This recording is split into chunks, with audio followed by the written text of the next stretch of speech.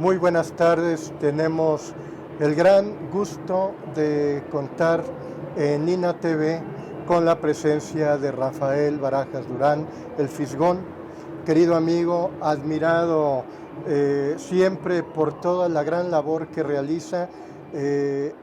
Rafael, en sus orígenes arquitecto, pero corrigió el rumbo y lo llevó obviamente a realizar la labor que todos conocemos actualmente y por la cual siempre estamos pendientes entre martes y sábado de su trabajo en el periódico La Jornada. Además, déjenme decirles que Rafael es no solo un gran monero, un gran politólogo, sino también un gran historiador del arte, y eso lo vamos a ver ahora con la presentación justamente de caricaturistas precursores de la Revolución Mexicana, su primer tomo, El hijo del aguizote, y además anunciando que está próximo a salir el segundo tomo a finales de este año. Bienvenido, Rafael, gracias por estar en Nina TV con nosotros. Al contrario, Francisco, muchas gracias por invitarme. Rafael, vamos a empezar rápidamente para que tenga nuestro público una visión general de lo que trabajaste, del amplio trabajo que publicaste con este tomo y con el segundo, y hacia dónde, de dónde viene todo este origen de averiguar a estos moneros y hacia dónde va también. El primer tomo es antecedentes y un marco histórico para el surgimiento justamente del hijo del aguizote. Junto con el colmillo público y el aguizote jacobino, constituyeron una narrativa y un imaginario que abrieron camino indudablemente a la Revolución Mexicana. Por 20 años estas publicaciones fueron la principal tribuna del pensamiento opositor al porfiriato. Tuvieron una continuidad histórica, como lo demuestras aquí, como parte de un proyecto que fue evolucionando en esos años finales del siglo XIX, principios del siglo XX, y que culminó con el estallido de la Revolución, la primera de las grandes revoluciones del siglo XX. Rafael, tu trabajo nos abre puertas para reencontrarnos o en todo caso, para muchos otros, conocer a héroes fundamentales para esa etapa histórica nacional.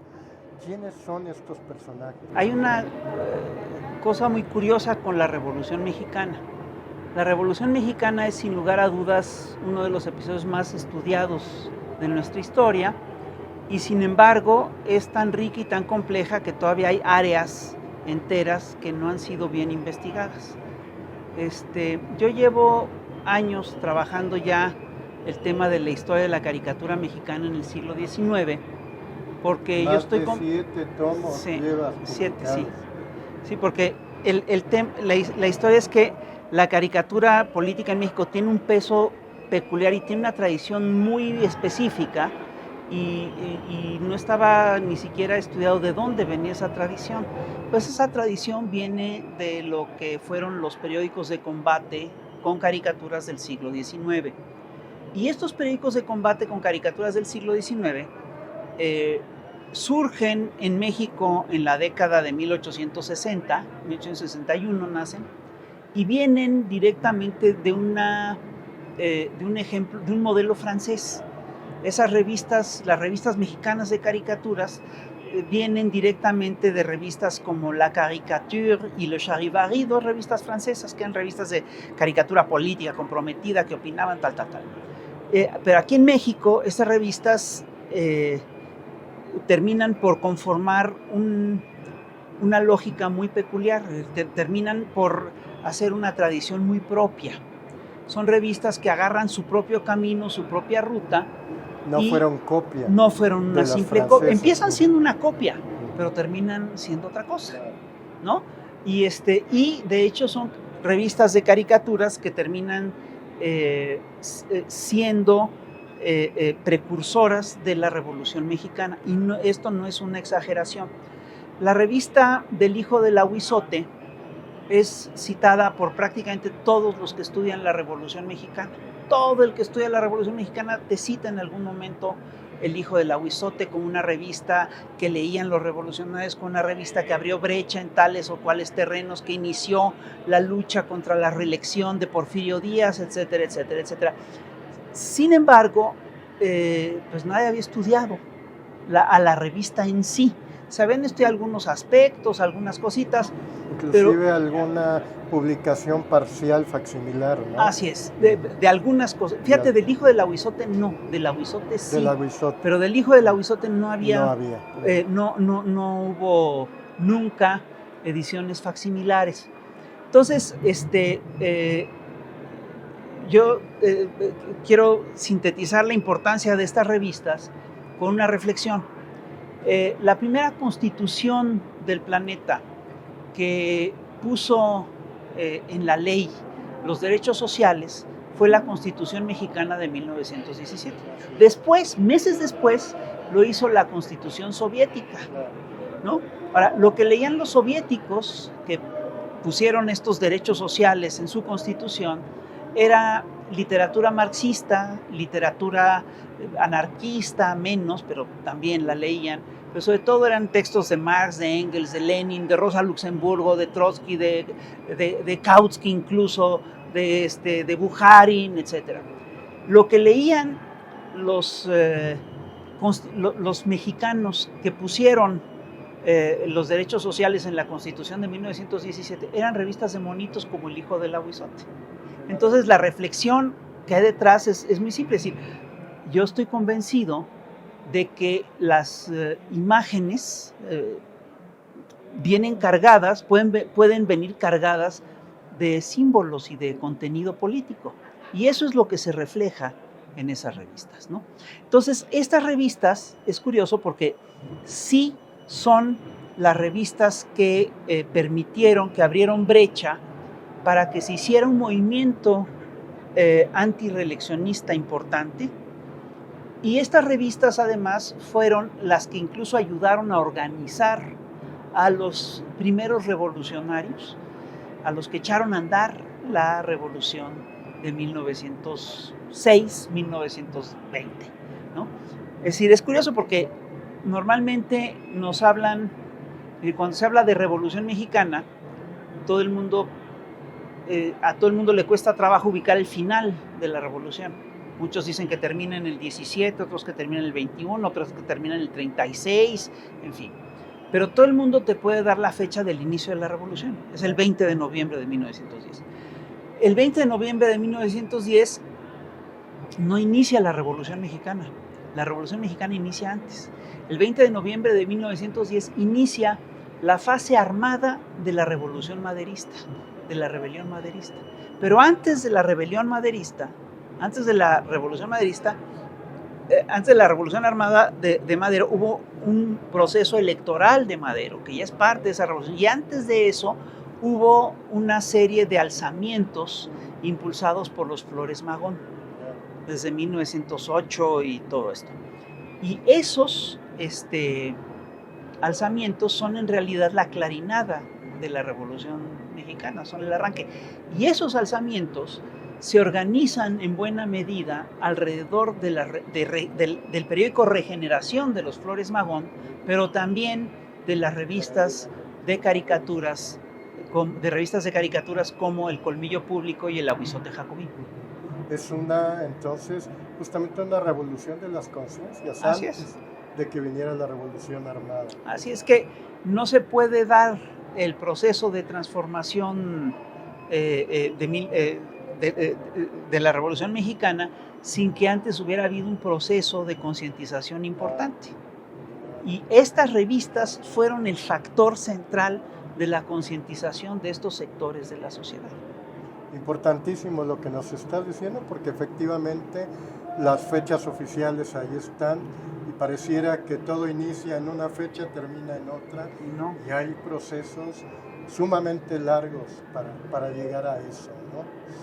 Recuperas en este tomo y pones en valor una tradición artística y documental poco estudiada, ya lo has mencionado, descubriendo a talentosos creadores con un valor cívico realmente sin igual, ¿no? Así es. Daniel Cabrera y Jesús Martínez Carrión, que trabajaron codo a codo con, como lo has mencionado, con los hermanos Flores Magón y Juan Sarabia, entre otros colaboradores de estas 3 revistas. Sin embargo, también yo insistiría en preguntarte, ¿por qué tal indiferencia a esos extraordinarios dibujantes? ¿Qué motivó realmente ese menosprecio historiográfico hacia ellos? Mira, o sea, o la caricatura realmente no la consideraban algo valioso cuando en realidad es lo que fue creando esa conciencia, ¿no? Así es. Yo sí creo que son varios los factores que explican que el hijo del Ahuizote no haya sido estudiado a cabalidad. El primero es que es un objeto de estudio complicado. De entrada, es una publicación en la que dura más de una década y es una publicación en la cual la mayoría de las colaboraciones son anónimas. Entonces es muy difícil saber qué texto hizo quién, es muy difícil saber quién conformaba esas redacciones. Todo eso es complicado. Eso, por supuesto, que plantea problemas de entrada como objeto de estudio. La segunda razón es que sí hay un menosprecio al género de la caricatura. Está la idea de que pues, es un género menor y que no vale mucho y tal. Pero hay otros factores que son importantes. Uno es el que yo te decía. Quien establece la fecha de que la revolución empieza en 1910 son los gobiernos de la postrevolución. Son los gobiernos revolucionarios notablemente del callismo y del obregonismo. ¿No? Es decir, y el callismo es un derivado, es una secuela del obregonismo, el obregonismo es una secuela del carrancismo, el carrancismo es una secuela del maderismo, etc. Entonces, ahí ocurrió una cosa muy curiosa. Cuando termina la revolución, los gobiernos postrevolucionarios se encuentran con que hay todavía una serie de latosos que se dicen los verdaderos revolucionarios, los iniciadores de la revolución, que son los magonistas. Los magonistas en 1920 siguen en activo y son muy latosos y están en contra del gobierno y tal. Entonces, el gobierno, para quitarles a estos magonistas el crédito de haber iniciado la revolución, marcan como inicio de la revolución el 20 de noviembre de 1910, para darle a Madero el crédito del nacimiento de la revolución. Entonces esto implica que borran a los magonistas y por supuesto al borrar a los magonistas, borran también de la historia a los precursores del magonismo. Pero además hay otro factor que hizo que se ocultara la importancia de caricaturistas como Jesús Martínez Carrión o Daniel Cabrera o Santiago Hernández. Y es el hecho de que en la década de 1920, Diego Rivera y Frances Torr y toda una serie de gentes leen mal la historia de la Revolución Mexicana. Y se van hacia José Guadalupe Posada. Y sin un solo dato dicen que Posada colaboraba en El hijo del Ahuizote, cosa que no es cierto. Porfirista, ¿eh? Pues era porfirista, sí. Pro-porfirista, era por porfirista. Entonces ellos dicen, no, Posada. Y entonces el mérito de las caricaturas que dieron origen a la Revolución Mexicana se lo llevó Posada. De hecho, hay un grabado muy famoso de Leopoldo Méndez, ¿no? En el que Leopoldo Méndez supuestamente recrea una escena histórica, pero obviamente la inventa. Y como la recrea y como se la inventa a partir de datos erróneos, pues hace una mala imagen, pero que se queda en la iconografía popular. Entonces es una imagen en la que vemos en un primer plano a José Guadalupe Posada tallando un grabado y en el fondo están Ricardo Flores Magón y creo que es Lázaro Gutiérrez de Lara, ¿no? Discutiendo qué van a hacer con el periódico. Y es curioso porque sí, Lázaro Flores Magón estuvo en revistas de caricaturas precursoras de la Revolución Mexicana, pero Posada no. Es una escena totalmente inventada. ¿no? Y todo ese foco que se puso sobre Posada borró también de la historia a los verdaderos caricaturistas del hijo del Ahuizote, del Colmillo Público y del Ahuizote Jacobino. Claro. Es decir, ponen por encima a los verdaderos precursores que ejercieron la libertad de imprenta. Así es. Porque Posada no tuvo los problemas, no afrontó las problemáticas que tuvieron Cabrera y Martínez Cabrera. Para nada. Jamás. Jamás. Creo que ya en los últimos días del Porfiriato la censura era tan brutal que en una de esas ya hasta agarraron a Posada, ¿no? Pero estuvo en la cárcel unas horas, un ratito y después lo sacaron. Pero sin lugar a dudas, Posada no fue un opositor constante y férreo a Porfirio Díaz y mucho menos fue un instigador del movimiento antirreeleccionista. De hecho, hace caricaturas en contra de los anarquistas, hace caricaturas en contra de los reeleccionistas, y cuando a Porfirio Díaz lo derrocan, o cuando no lo derrocan, cuando Porfirio Díaz sale del país, Posada hace caricaturas lamentando la salida de Porfirio Díaz. Entonces, bueno, no era porfirista Posada, pero le dieron a él todo el crédito que tenían los caricaturas. Y fíjate, es curioso, porque hicieron un buen diagnóstico. Cuando dicen, no, Posada es un gran artista, lo era. Las caricaturas fueron importantísimas para la Revolución Mexicana, lo fueron, pero no las de Posada. Entonces, pues, es un diagnóstico equivocado. Si tú revisas El hijo del Ahuizote, tú puedes hacer un rastreo muy preciso de cómo fue evolucionando el pensamiento político de los grupos liberales y radicales mexicanos a finales del siglo XIX. Y puedes ver con mucha claridad cómo El hijo del Ahuizote empieza siendo una publicación, digamos que liberal consecuente, liberal radical consecuente, ¿no? Y termina siendo una publicación anarquista.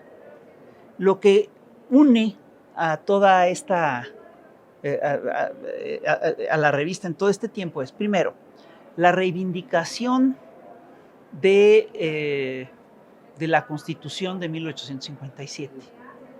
Luego, la lucha por la democracia y por los valores liberales de fondo, la libertad de expresión, la democracia, el respeto al sufragio. Exacto. Sí, pero fíjate, es curioso, pero primero los Flores Magón crean regeneración. Esta es una historia muy bonita. El director del Hijo del Ahuizote, que es Daniel Cabrera, funda el Hijo del Ahuizote con el apoyo de Vicente Riva Palacio. La revista tiene varias etapas, hay varias... Mencionas tú 5 etapas en la historia de estos periódicos satíricos. Así es. Es decir, el primer Hijo del Ahuizote lo fundan Vicente Riva Palacio, Daniel Cabrera y el doctor Manuel Pérez Vivins. Y lo reprime Porfirio Díaz y mandan a Vicente Riva Palacio de embajador a España, que en realidad es un exilio, ¿no? Y Vicente Riva Palacio se va, a Pérez Vivens se va a un exilio interno y Daniel Cabrera se queda y vuelve a sacar El Hijo del Ahuizote. Y este es el periodo más largo del Hijo del Ahuizote, el periodo del Ahuizote de Daniel Cabrera, que también tiene varias fases. Y Daniel Cabrera,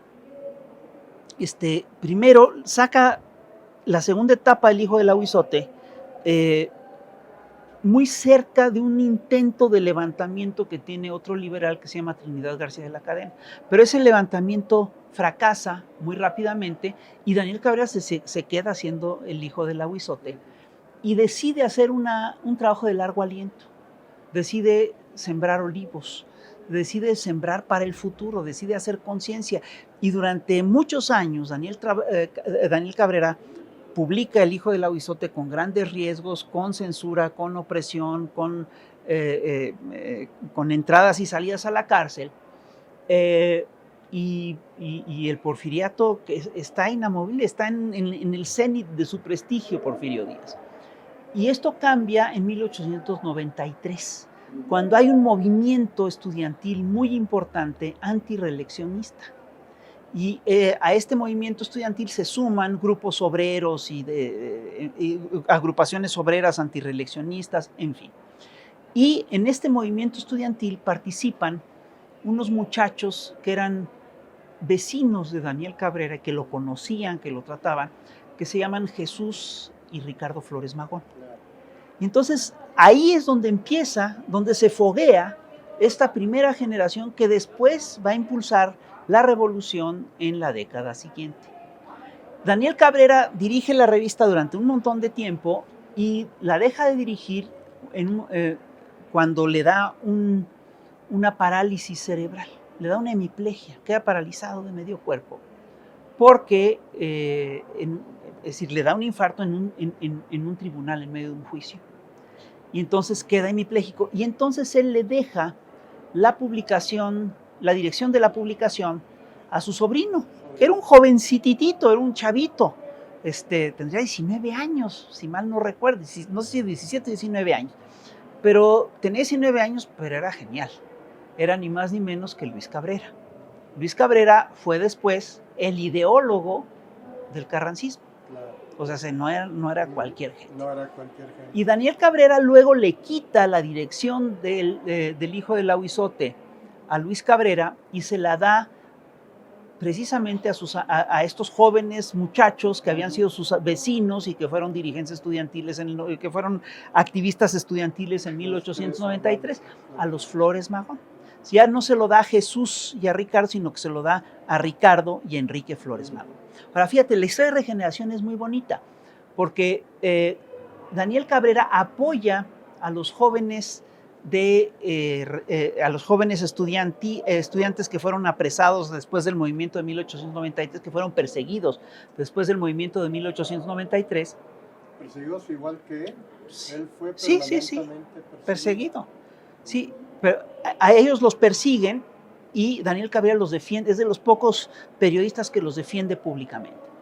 Y después, cuando Daniel Cabrera tiene un problema serio, que lo vuelven a meter a la cárcel y que le cierran su periódico, los Flores Magón sacan Regeneración. Regeneración tiene una historia muy curiosa porque empieza siendo una revista jurídica, especializada en asuntos jurídicos, que revisa los temas que se están tratando en tribunales y que revisa qué es lo que está bien y qué es lo que está mal en las cortes. Y, en fin, es una revista especializada en cuestiones jurídicas. Pero el principal tema de la revista es precisamente el caso del hijo de Lauizote. Entonces son los Cabrera que están apoyando a su viejo maestro. Es una historia muy conmovedora. Son los Flores Magón que están apoyando a su maestro Cabrera, ¿no? en su desgracia. Y ya después los Flores Magón agarran ruta y ellos empiezan a sacar, se acercan, se suman a los esfuerzos que hace Camilo Arriaga para la fundación del partido, para la refundación del Partido Liberal Mexicano, se suman al Partido Liberal Mexicano y Regeneración se convierte un poquito en el órgano de ese partido y termina siendo en el órgano del magonismo, ¿no? Regeneración termina siendo el órgano del magonismo, ¿no? Entonces, y el hijo de Lauizote y Regeneración son publicaciones hermanas.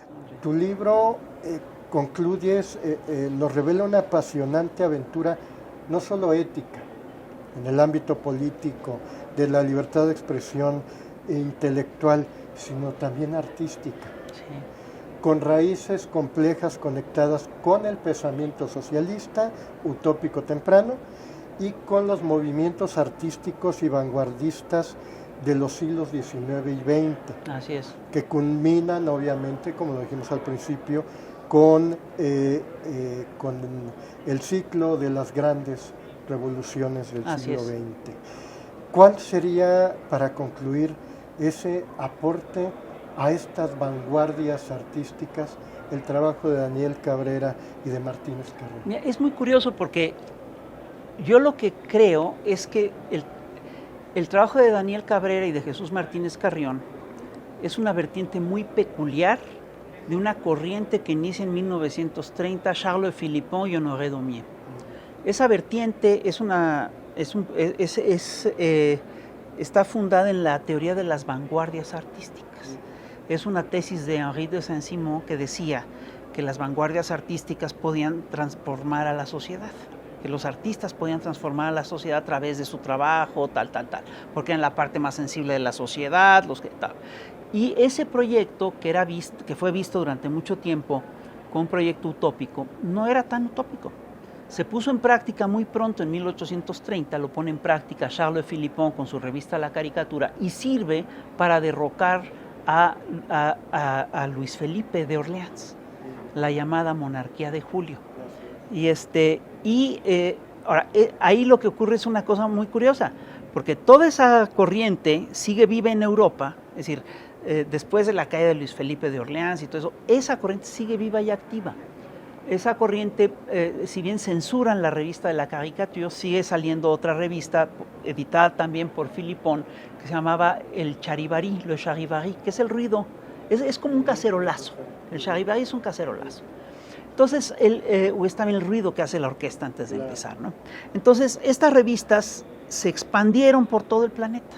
Hay el Puncher, el London Charivari, y hay revistas españolas hechas a la usanza del Charivari, revistas italianas, revistas norteamericanas y también mexicanas. Es una tradición que viaja a México por este lado. En Europa ocurre que estas revistas luego derivan en publicaciones anarquistas radicales y hacen mucha experimentación plástica, ¿no? Y ahí nacen, de alguna manera, eso es uno de los lugares en donde nacen las vanguardias plásticas del siglo XX, ¿no? Y es una historia fantástica, porque muchos de los grandes pintores del arte moderno, de los grandes maestros del arte moderno, trabajaron como caricaturistas en publicaciones como Simplicísimos o L'Assiette au beurre, o en fin. Y el expresionismo, de hecho, el expresionismo alemán, es de hecho un derivado del trabajo de estas revistas de caricaturas que empiezan a hacer Daumier y Benjamin Roubaud y otras gentes. Pero aquí en México esa tradición agarra otra ruta. Es decir, no hace tanta experimentación plástica. Es una ruta que básicamente se centra en el potencial políticamente transformador de las imágenes. Esa es la lección que sacamos del Hijo del Lahuizote. La idea es que viene de la tradición de las vanguardias, y lo que nos recuerda el Hijo del Lahuizote es precisamente que esa tesis de las vanguardias de Henri de Saint-Simon tiene un contenido político fundamental. Si le quitas el contenido político a la tesis de las vanguardias no sirven. Las conviertes en objetos de valor, nada más. Conviertes los cuadros en objetos de valor, no en objetos transformadores. El acento que pone Cabrera precisamente es en eso, en la capacidad que tienen las imágenes para impactar al lector y para provocar la transformación de la sociedad. Eso culmina en México.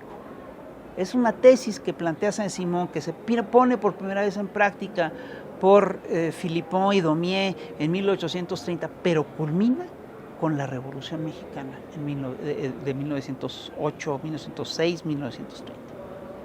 El trabajo de ustedes actualmente tiene también esas bases transformadoras. Pues es heredero de todo eso. Pues ahora sí todos venimos de algún lado. Es un poco nuestro árbol genealógico. En el marco de la 36ª Feria Internacional del Libro de Antropología e Historia en el Museo Nacional de Antropología, y al pie de la gran fuente de otro de los grandes artistas mexicanos, José Chávez Morales, es que hemos tenido esta gratísima charla con Rafael Barajas el Fisgón, y concluyo, Rafael, además de agradecerte tu presencia en INA TV, en INA Radio también, para hablarnos sobre estas revistas de monitos, sí, como mencionas. Concluir diciéndoles, como dice Rafael, que estos libros, caricaturistas precursores de la Revolución Mexicana, el tomo 1 y el segundo tomo que aparecerá próximamente, son una grata invitación a viajar en el tiempo y adentrarnos en un pasado que fue complejo y todavía definitivamente nos es fascinante. Así es. Muchas gracias, Rafael. Al contrario, Francisco, es un honor.